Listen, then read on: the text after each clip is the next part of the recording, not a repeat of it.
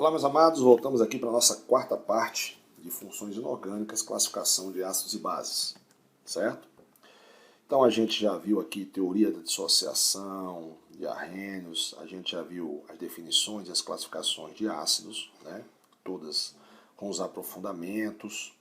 E agora eu vou falar um pouco da fórmula estrutural plana de alguns ácidos, certo? Então eu vou desenhar a fórmula estrutural para vocês, mas antes eu quero só fazer um lembrete para você aqui, né? Vamos lembrar aqui o seguinte. Um átomo da família 4A. Um átomo da família 4A, Sandrão, ele pode fazer 4 ligações para ficar estáveis, certo? Lógico, 4 elétrons na última camada, 4 ligações. Um átomo da família 5A, ele tem que fazer, na verdade, 3 ligações normais para ficar estável, mas poderá fazer uma dativa, certo? Um elemento químico da família 6A, da tabela periódica, ele deve fazer 2 ligações para ficar estável, mas como sobra 2 pares de elétrons, ele pode fazer 2 ligações dativas. O cara da família 7A, certo? Ele, por obrigação, tem que fazer uma ligação normal, mas poderá fazer 3 ligações dativas, porque sobram 3 pares de elétrons, certo? Isso aí você vê lá em ligações químicas. Vá lá no canal, acho que eu tenho uma aula, não uma ligação química completa, que eu ainda vou gravar, mas que você consegue ter uma base mais ou menos. Então vou fazer de alguns aqui e outros vocês vão brincar em casa. Então vou pegar aqui o H2CO3, né? O carbono é um elemento químico da família 4A, então ele é o átomo central. Há uma tendência do oxigênio se ligar com hidrogênio, então na verdade do lado eu vou botar o oxigênio, os 3, né? Vou botar os 3 oxigênios, e do lado do oxigênio eu vou botar o hidrogênio e vou fazer ligação. O hidrogênio fica estável com uma ligação, uma. O oxigênio fica estável com 2 ligações, então já tem uma, com outra 2, tem uma com outra 2.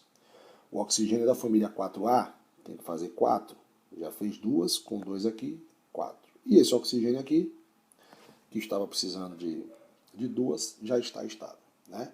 A gente chama isso aqui de fórmula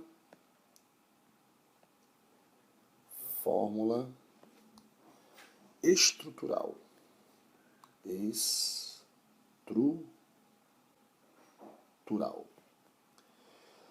Agora, eu tenho outra também, que eu posso desenhar assim, dessa maneira. Eu posso colocar aqui o hidrogênio, o oxigênio, carbono, a dupla, o oxigênio e o hidrogênio. Essa foi a forma estrutural. E completar com os elétrons. O hidrogênio já fez a ligação, não tem elétron nenhum sobrando, mas o oxigênio tem 2 elétrons sobrando. Então, fez 2 ligações, então 1, 2, 3, 4, 5, 6, 7, 8. Certo? Beleza? Aqui, cada ligação dessa é um par de elétrons. Então, 4, 5, 6, 7, 8. E aqui, cada ligação dessa é um par, então já tem 4, 5, 6, 7, 8. A gente chama isso aqui de fórmula eletrônica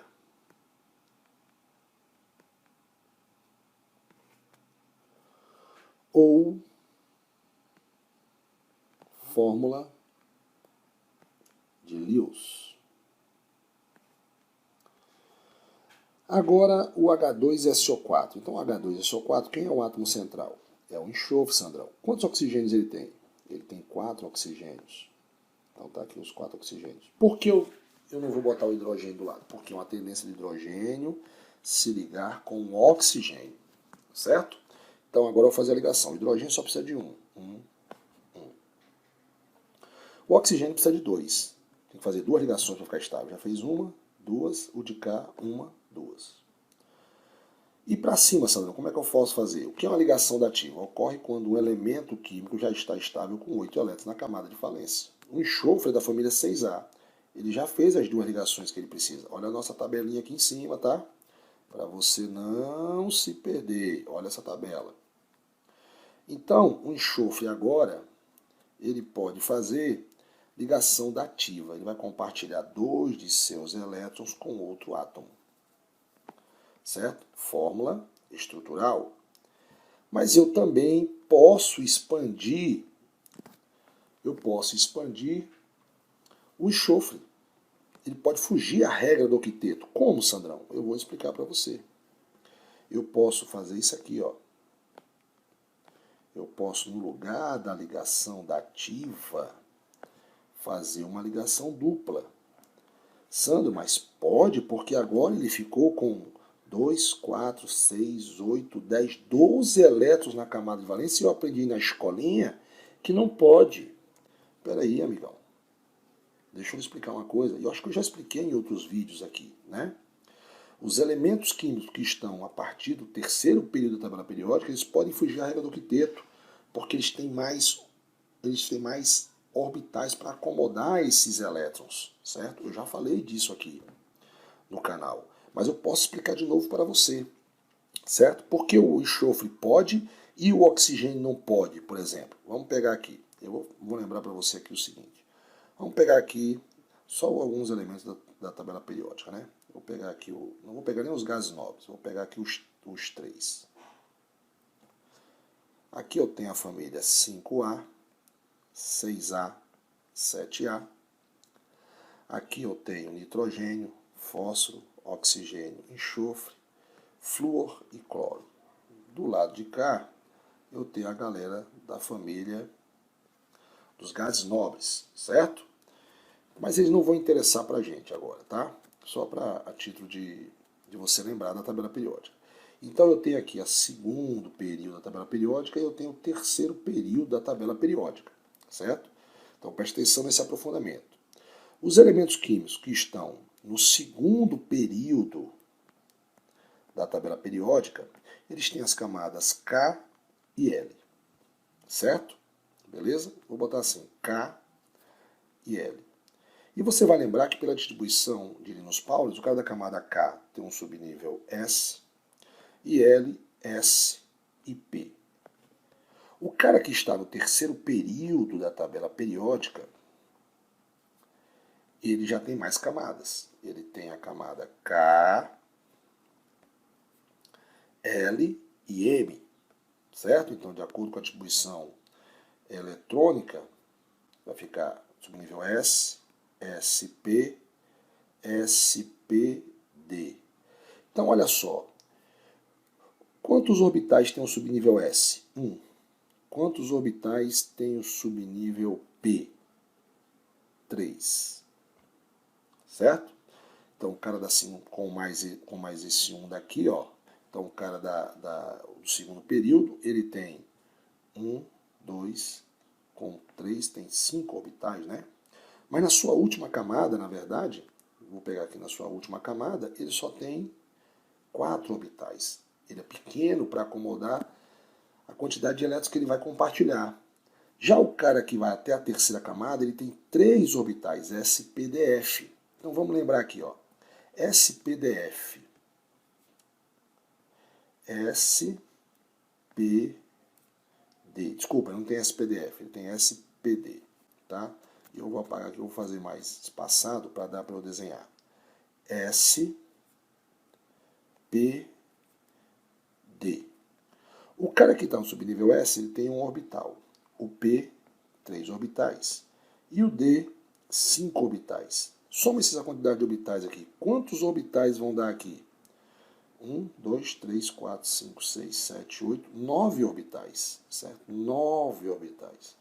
Então, os caras da terceira camada, a partir da terceira camada da tabela periódica, eu já falei isso, mas eu estou revisando, a partir do terceiro período da tabela periódica, eles podem ficar com mais de 8 elétrons na camada de valência, fugindo à regra do octeto.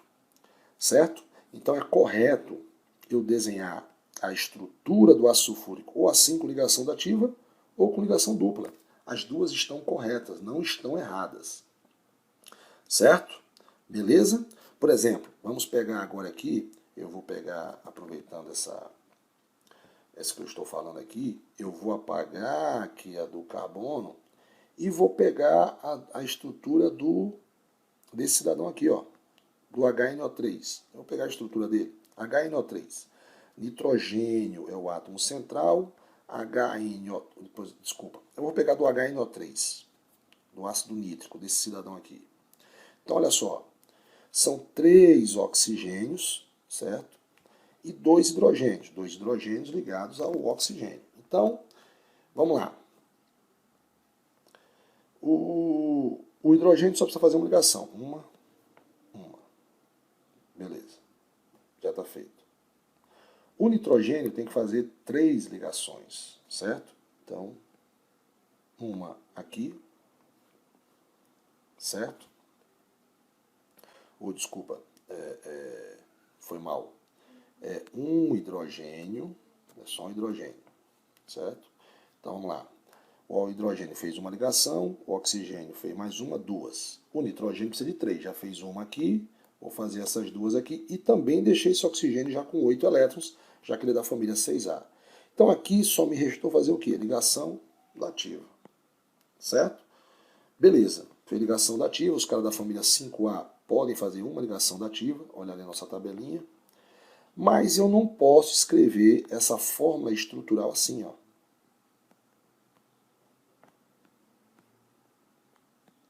Ligação dupla com oxigênio. Isso aqui está errado, certo? Não posso fazer.